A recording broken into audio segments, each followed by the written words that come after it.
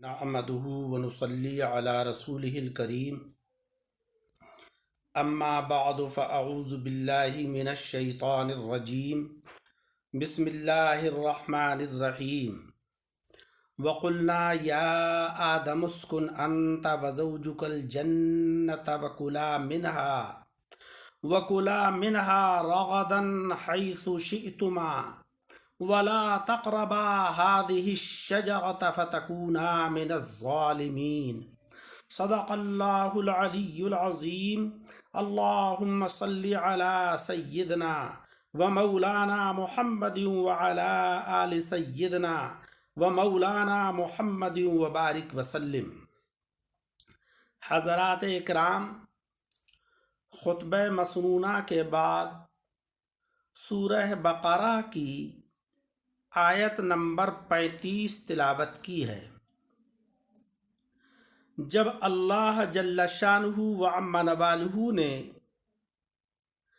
حضرت آدم علیہ السلام کی دو صفتوں کا ذکر فرما دیا، ایک ان کا بہت بڑا علم، بہت بڑا عالم ہونا، دوسرے ان کی قدرت اور عزت، اس آیت کریمہ میں ان کی تیسری صفت کا ذکر ہے جو خلافت کے لیے ضروری ہے، یعنی حکومت کرنے اور زمین کو آباد کرنے کا طریقہ اور اس کا تجربہ، چونکہ ان کو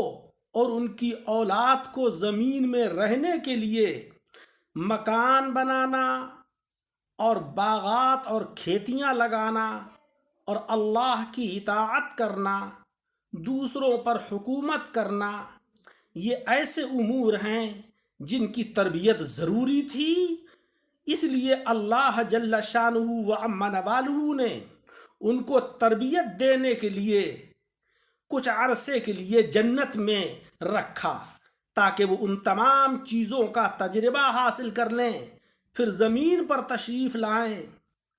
اور اپنے تجربے کے ذریعے سے زمین کو بھی سرسبز و شاداب فرما دیں۔ فرمان الہی ہے کہ وقلنا، یہ قلنا جمع متکلم کا صیغہ ہے،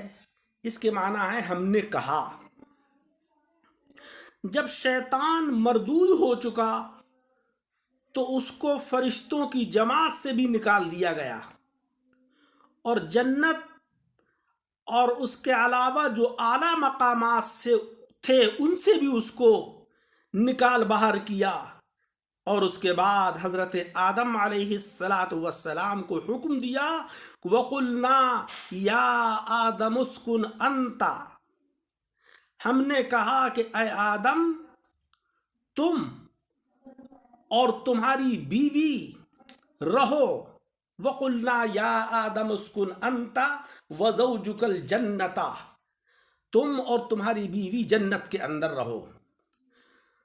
زوج اس کے معنی جوڑے کے ہیں، اس کا اطلاق شوہر کے اوپر بھی ہوتا ہے اور بیوی کے اوپر بھی ہوتا ہے، اور کبھی فرق پیدا کرنے کے لیے بیوی کو زوجہ بھی کہہ دیتے ہیں، مگر چونکہ یہاں اس فرق کی ضرورت نہیں ہے،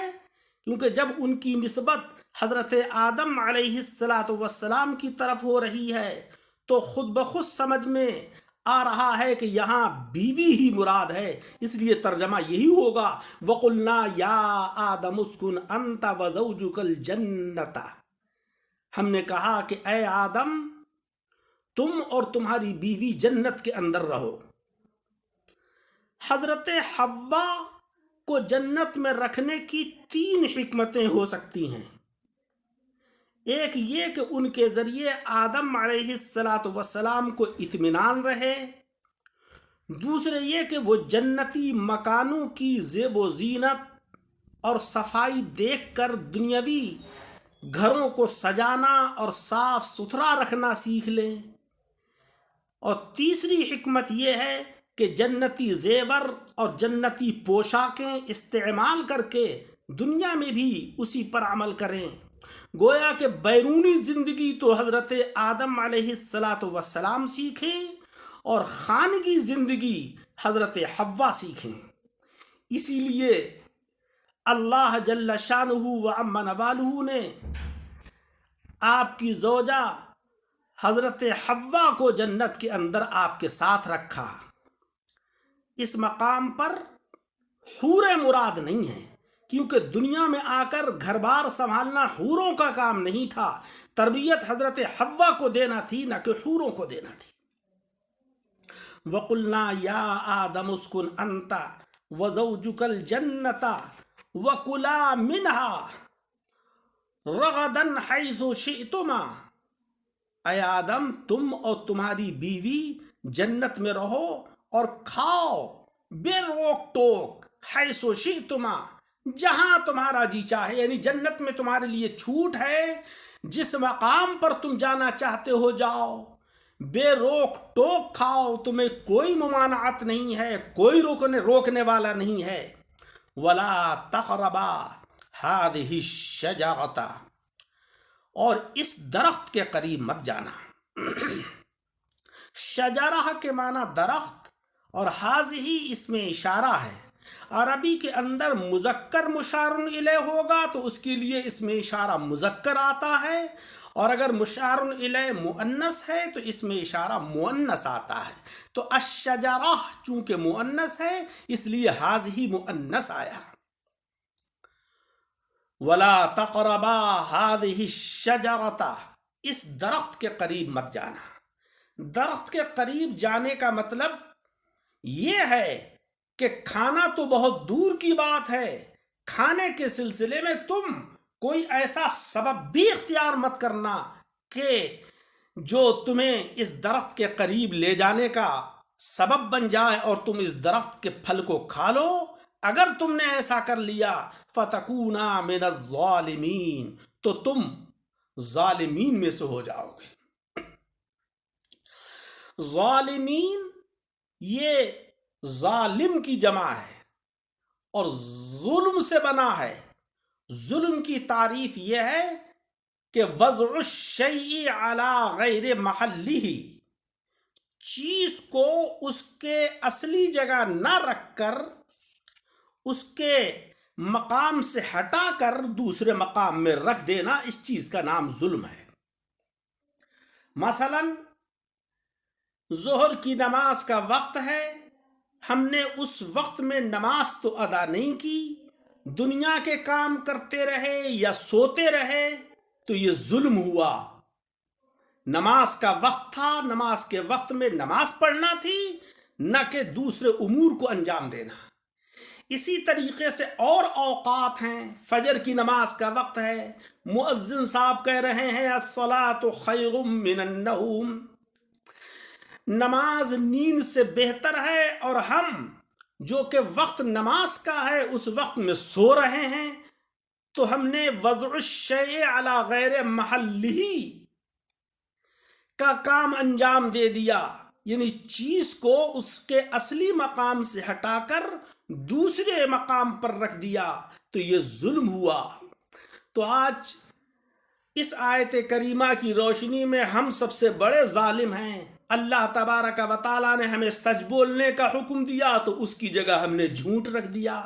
اللہ رب العزت نے پورا ناپ تولنے کا حکم دیا، اس کی جگہ ہم نے خیانت شروع کر دی۔ اللہ تبارک و تعالیٰ نے عبادت و ریاضت کا حکم دیا، جن اوقات میں، ان اوقات میں ہم نے عبادت تو نہ کی، دوسرے کام شروع کر دیے۔ تو یہ سارے وہ امور ہیں کہ جو ظلم کے اوپر دلالت کر رہے ہیں کہ ایک چیز کو اس کے اصلی مقام سے ہٹا کر اس کو دوسرے محل میں رکھ دینا۔ تو اللہ تبارک و تعالیٰ نے یہی فرمایا کہ اے آدم، اگر تم نے اس درخت کے پاس جانے کی کوشش کی اور اس کا پھل جو کہ بہت ہی لذیذ ہے، بہت ذائقے دار ہے، مکھن سے زیادہ نرم ہے، اس کو تم نے کھا لیا تو تم ظالمین میں سے ہو جاؤ گے۔ اللہ تبارک و تعالیٰ نے اس آیت کریمہ سے ہمیں ایک بڑا احسان یاد دلایا ہے کہ دیکھو ہم نے آدم علیہ السلام کو زمین میں رہنے اور وہاں حکومت کرنے کے لیے پیدا کیا تھا۔ یہ جو کچھ اب تک ہوا تھا ان کی خلافت ہی کا پیش خیمہ تھا۔ لہذا جب کہ آدم علیہ السلام کے سر پر دستار خلافت بن چکی اور سارے فرشتوں نے نذرانے سجود پیش کر کے وفاداری کا حلف دے دیا، تب اللہ جل شانہ و عم نوالہ نے ان سے فرمایا کہ اے آدم، تم اور تمہاری بیوی بہشت میں رہو، جنت میں رہو، اور وہاں تمہیں کوئی روک ٹوک نہیں ہے۔ جو جی چاہے خوب کھاؤ اور جہاں چاہو سیر و تفریح کرو، تمہیں ہر چیز کی اجازت تو ہے، مگر اس پیڑ کے پاس، اس درخت کے پاس مت جانا۔ تفسیر کی کتابوں میں لکھا ہے کہ وہ پیڑ یا تو گیہوں کا تھا، یا انجیر کا تھا، یا انگور کا تھا، یعنی کھانا تو دور کی بات ہے، اس کے کھانے کا خیال تک مت کرنا، اور اگر تم نے ایسا کر لیا تو خرابی میں پڑ جاؤ گے، اس سے تمہارے اوپر آفت آ جائے گی۔ تو معلوم ہوا کہ اللہ جل شانہ و عم نوالہ کے احکام کی خلاف ورزی کرنا، اس کی تعلیمات کی نافرمانی کرنا، اس کے احکام کی پیروی نہ کرنا، یہ مصیبتوں اور پریشانیوں کا سبب بنتا ہے۔ لہذا ہمیں یہ چاہیے کہ ہم اگر یہ چاہیں کہ اللہ جل شانہ و عم نوالہ ہمارے اوپر رحمتوں کے دروازے وا فرما دے، ہمارے لیے دنیا اور آخرت میں آسانیاں پیدا فرما دے، اللہ تبارک و تعالی ہمارے رزق میں برکت دے دے، تو ہمیں اللہ اور اس کے رسول صلی اللہ علیہ وسلم کی سچی اور پکی اطاعت کرنا چاہیے۔ قرآن عظیم اور احادیث مبارکہ کے مطابق اپنی زندگی کو گزارنا چاہیے۔ جو لوگ نافرمان ہوتے ہیں، گناہ گار ہوتے ہیں، چور ہوتے ہیں، بد اخلاق اور بد کردار ہوتے ہیں، اللہ تبارک و تعالی ان کے چہروں سے نور کو غائب کر دیتا ہے، ان کے رزق سے برکت اٹھا لی جاتی ہے، ان کے آرام اور سکون کو ختم کر کے ان کو پریشانیوں میں مبتلا کر دیا جاتا ہے۔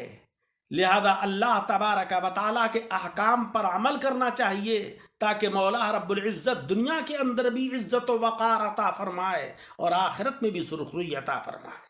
تو اللہ تبارک و تعالیٰ نے حضرت آدم علیہ السلام